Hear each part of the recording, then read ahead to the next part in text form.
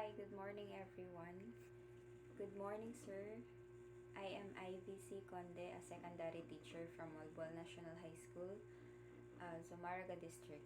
My topic is the continuation of Mom Marvy's report on Module 4 entitled The Linguistic Competence versus Communicative Competence. So my topic is all about the factors affecting communicative competence.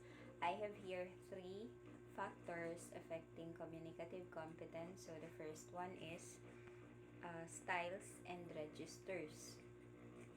The way we use language in different styles depending on the context of communicative act in terms of subject matter, in terms of audience, the occasion, shared occasion, shared experience, and purpose of communication. Styles is not a social or regional dialect, but a variety of language used for a specific purpose. When you converse informally with a friend, you use a different style than that used in an interview for a job with a prospective employer. A native speaker, as they matured into adulthood, learned to adapt appropriate styles for widely different contexts. An important difference between a child's and an adult's fluency in native language is the degree to which an adult is able to vary styles for different occasions and persons. Martin Zeus provided one of the most classifications of speech styles using the criterion of formality. So what is formality? It tends to subsume subject matter, audience, and occasion. So Zeus enumerated 5 levels of formality.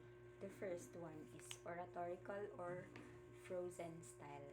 It is used in public from the word oratorical, used in public speaking before a large audience. Wording is carefully planned in advance, intonation is somewhat exaggerated, and numerous rhetorical devices are appropriate. Example of oratorical or frozen style is this. At a wedding, there may be several toasts or short oratorical speeches that go something like this. Good evening, everyone. I would like to offer a toast to the happy couple. May their days filled with love and laughter. That is carefully planned in advance. The wordings are carefully planned, and it is a public speaking. That is an example of oratorical or frozen styles. So the second one would be the deliberately style. It is also used in addressing audiences, usually audiences too large to permit effective interchange between speaker and hearers. Example of deliberately style is this one.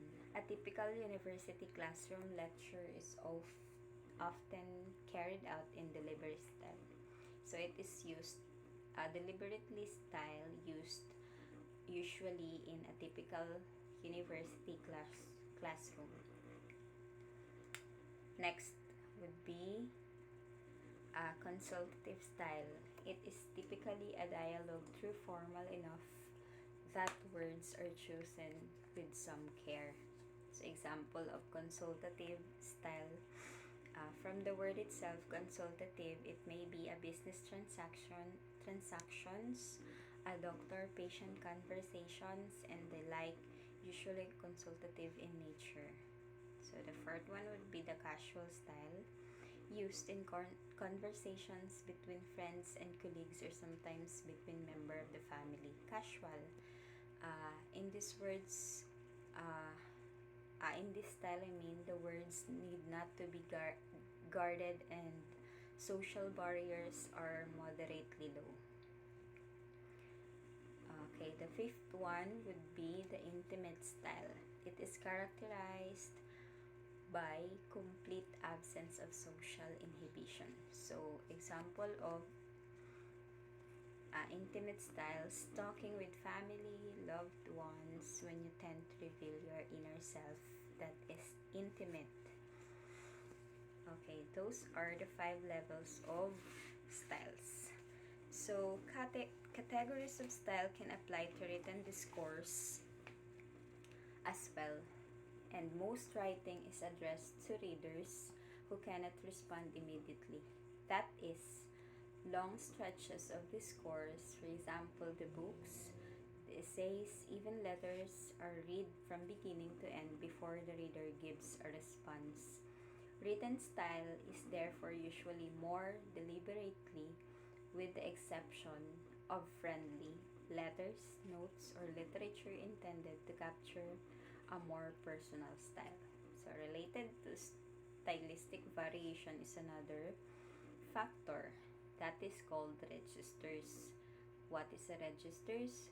Registers are commonly identified by certain phonological variants, vocabulary, idioms, and other expressions that are associated with different occupational or socioeconomic groups. So, registers sometimes enable people to identify with a particular group and to maintain solidarity. Colleagues in the same occupation or profession will use or retain jargon to communicate with each other. Example of registers: uh, truckers, airline pilots, salesperson, and farmers use words and phrases unique to their own group. Registers also sometimes associated with social class distinctions. That is, if they are airline pilots, if they are truckers, or a salesperson, it depends upon their uh, social class distinctions. That is the registers. Okay, so factors that another major factors affecting communicative competence is the language and gender. Okay, so this is another major factor that affects acquisition of socio-pragmatic competence in virtually every language, and one that has received considerable attention recently: the effect of one's sex on both production and reception of language. Tannen in 1990 and Holmes 1991 found out that among American English speakers, girls have been found to produce more standard language than boys, a pattern that continues on through adulthood. So women appears to use language that expresses more uncertainty because girls are tends to be moody. Rising intonation on declaratives and others. Then, on the other hand, a man suggesting less confidence in what they say. So, men have been reported to interrupt more than women and to use stronger expletives. Expletive means bad words. Men can tend to use stronger bad words, while the latter use more polite forms. Tannen also found out that male places more values in conversational interaction on status and report talk, competing for the floor, while women value connection and rapport, fulfilling their roles, are more cooperative and facilitative conversationalists concerned for their partner's positive needs. That is language and gender. Okay.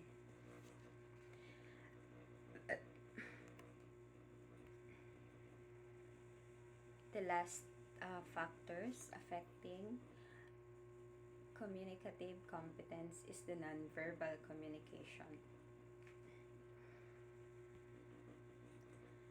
So, what is a nonverbal communication?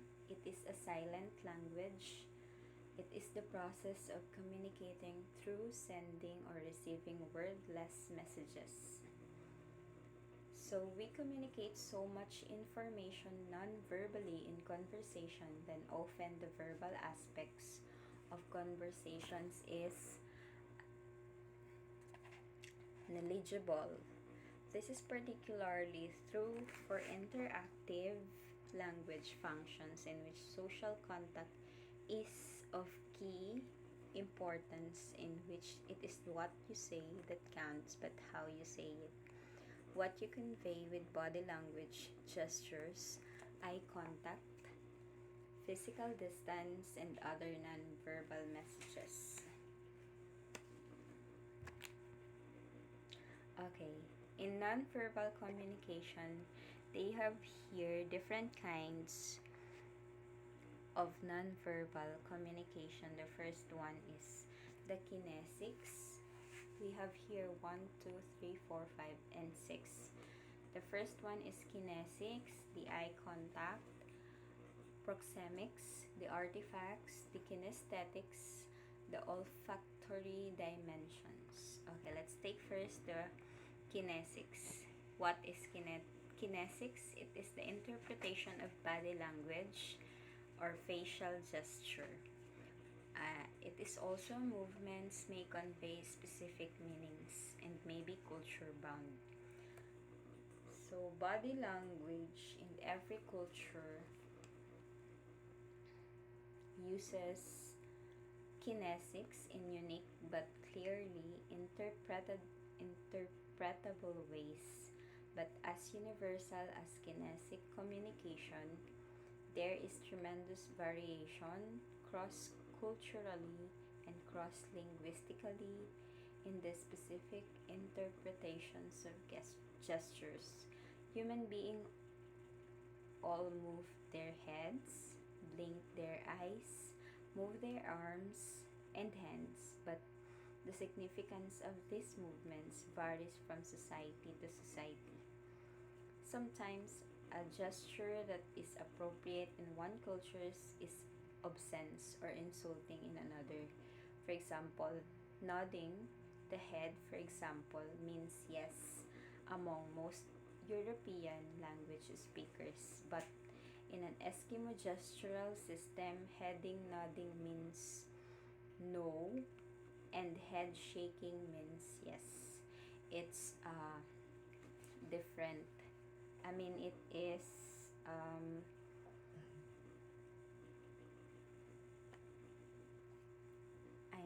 it is opposite. Okay, be careful with the gesture and body language. Again, nodding the head in European, nodding the head means yes. But in Eskimo gestural system, head nodding means no, and head shaking means yes. It's opposite. Okay, the second one would be the eye contact. We can communicate non-verbally through the eye contact. It is important non-verbal channels you have for communication and connecting with other people. This is the cheapest, most effective way to connect with people is to look them into the eye. Did you agree? Okay, is eye contact appropriate between two participants in a conversation? When it is permissible not to maintain eye contact? What does eye contact or the absence thereof signal? Cultures differ widely in this particular visual modality of nonverbal communication. In American culture, it is permissible, for example, for two participants of unequal status to maintain prolonged eye contact, where in fact, an American might interpret lack of eye contact as discourteous, lack of attention, while in Japanese culture, eye contact might be considered a rude. Intercultural interference in this nonverbal category can lead to misunderstanding. So let's also be careful when we are using eye contact, the nonverbal communication. Gestures of the eyes in some instances are keys to communication, right? Eyes can signal interest, boredom, the empathy, hostility, attraction, understanding, misunderstandings, and other messages through the eye contact. That is the cheapest yet most effective way to connect with people, to look them into the eye. Okay, so the third nonverbal communication would be the proxemics. Proxemics, acceptable distances for communication.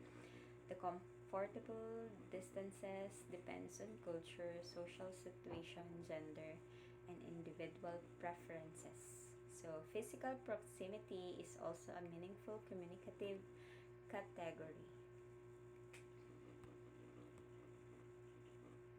Cultures vary widely in acceptable distances for conversation.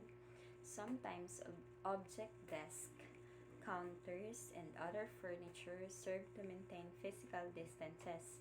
Such objects tend to establish both the overall register and relationship of participants. A counter between two people maintains a consultative mood. Similarly, the presence of a desk or a typewriter will set the tone of the conversation. Again, however, different cultures interpret different messages such objects. In some cultures also, objects might enhance a communicative act, but in other cases they impede the communicative process. So that is proxemics. Next we have the artifacts. The nonverbal messages of clothing and ornamentation are also important aspects of communication, but this is a nonverbal communication. So clothes often signal a person's sense of self-esteem, socioeconomic class, and general mood and personality character. Example is the jewelries, accessories. Jewelry also conveys certain messages. In a multicultural conversation group, such artifacts, along with other nonverbal signals, can be a significant factor rather in lifting barriers, identifying certain personality characteristics, and setting general moods. Okay, that is artifacts. We have also the bodily kinesthetics. This is related to the act of touching. Touching can be very personal, intimate style, or extensive touching. Knowing the limits is important for an ambiguous communication. Touching, sometimes referred to as kinesthetics. This is another culturally loaded aspect of nonverbal communication. How we touch others and where we touch them is sometimes the most misunderstood aspect of nonverbal communication. Touching is, in some cultures, signals a very personal or intimate register, while for other cultures, extensive touching is commonplace. Knowing the limits and conventions is important for clear and unambiguous communication. That is kinesthetics. Touching. Be careful. Who do you touch? Be careful. Okay, the next would be the olfactory dimensions. This is the sensory system. Smell allows organism with identify food, mates, sexual pleasure, example the flower, the perfumes, or warnings of danger, the spoiled food, chemicals, dangers. This is also for natural human odors. So olfactory dimensions is one of the nonverbal communication. Why? Our noses also receive sensory nonverbal messages. The olfactory modalities. The olfactory modality is, of course, an important one for the animal kingdom, but for the human race too. Different cultures have established different dimensions of olfactory communication. The 20th century has created in most technological societies a penchant for perfumes, the lotions, the creams, and powders as acceptable and even necessary. Natural human odors, especially perspiration, are thought to be undesirable. In some societies, of course, the smell of human perspiration is quite acceptable and even attractive. We cannot underestimate the importance of nonverbal communication in second language learning and in conversational analysis. Communicative competence includes nonverbal competence, the knowledge of all the varying nonverbal semantics of the second culture and the ability both to send and receive nonverbal signals ambiguously. Okay, so in short, nonverbal communication depends upon the culture of the group. So we must be very careful in using nonverbal competence, and let's not underestimate the importance of nonverbal communication. So those are uh, the nonverbal communication, the last factors affecting the communicative competence. Okay, so let's move on to the communicative language teaching. So it is focuses on helping learners to communicate meaningfully in a target language. It emphasizes interaction as both the means and the ultimate goal of learning a language. So as the field of second language pedagogy has developed and matured over the past few decades, we have experienced a large number of reactions and counter reactions in methods and approaches to language teaching.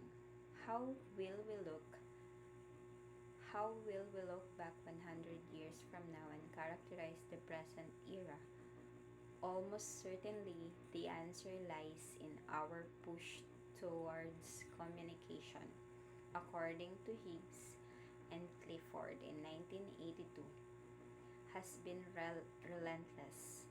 Researchers have defined and redefined the construct of communicative competence.